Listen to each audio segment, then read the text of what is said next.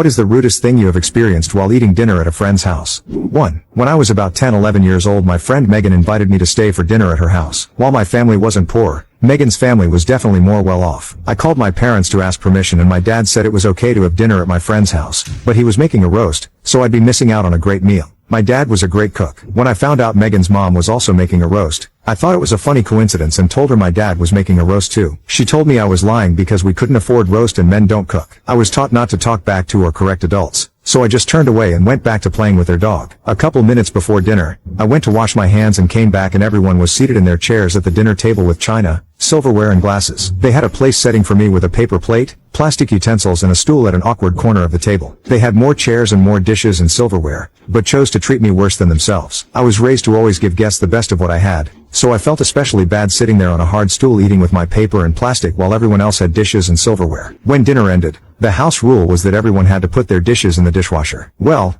I didn't have dishes, so I threw my paper plate and plastic utensils away. Then they served dessert, but not to me. The house rule is that you only got dessert if you put your dishes in the dishwasher. I didn't even have dishes, which I would have preferred and would have happily put everyone's dishes in the dishwasher. By the time my parents came to get me, I was on the verge of tears. I felt like I was being punished when I did nothing wrong. I later found out that other friends had the same experience when having dinner there, so it wasn't because I was rude or misbehaved. It was because they were jerks. 2. One time on a Jewish holiday, Elle went to dinner to a religious, Jewish, family's house. A young woman who came from a non-religious background arrived a bit later. I do want to point out that religious Jews have very strict laws about what they can and cannot eat. So anyway, this young woman, let's call her Susie, had put in tremendous effort to make a huge traditional dessert according to kosher law. Kosher means that it can be eaten. Everything was going fine until the son of the couple living in the house started whispering. Then Elle saw the mother walk over to Susie and whisper something in her ear. Susie became very upset and asked me to step into the hallway with her. Apparently, the son of the household had deemed her food unfit for consumption, the food that she had worked so hard on. She asked me if Elle would take it home with me, and Elle said Elle would. We returned to the table and at some point an argument happened between me and the son. He claimed that he had made the right decision. I told him that he was wrong. Later Elle went to my rabbi and asked him about it. The rabbi said that the dessert absolutely should have been served, and that he would have had seconds of it. The spirit and law of Judaism looks more harshly upon humiliating and hurting someone's feelings than potentially eating non-kosher food.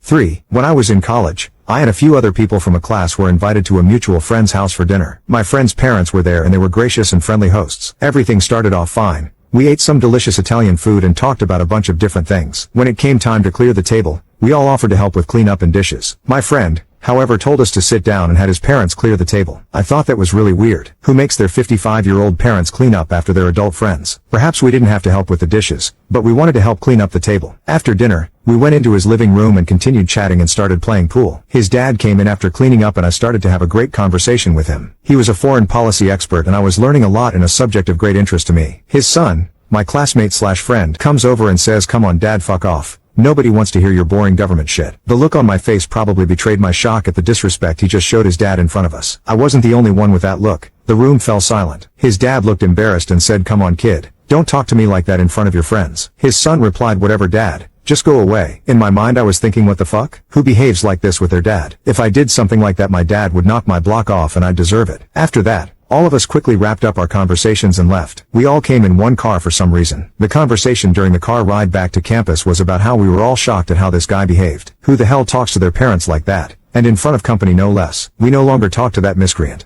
4. Hubby and I were invited to his friend's house for a barbecue. I had never been to his house or met his wife. We get there. The friend is very cordial. We go into the backyard and there is one other couple there. We sit, chat a little, and have a soda. No wife to be seen. The friend throws some burgers and hot dogs on the grill. The wife finally comes out, looks at us, says, "Oh, so he does have friends." She then hands her hubby a pack of Nathan's hot dogs and says to him, "These are for me. Your guests can enjoy the other garbage." She plops down in the chair and turns it around to face her back to us. I got up, looked at my husband, and told him, "I'm out." He got up and the other couple got up. The other couple said they lived in the house behind them and invited us over. We took them up on their offer and so did the husband. We all left. It was awesome. She was screaming at her husband, but he just walked off with us. We had such a good time at the other house. I never walked back into that house. And my husband just maintains a telephone friendship with his friend.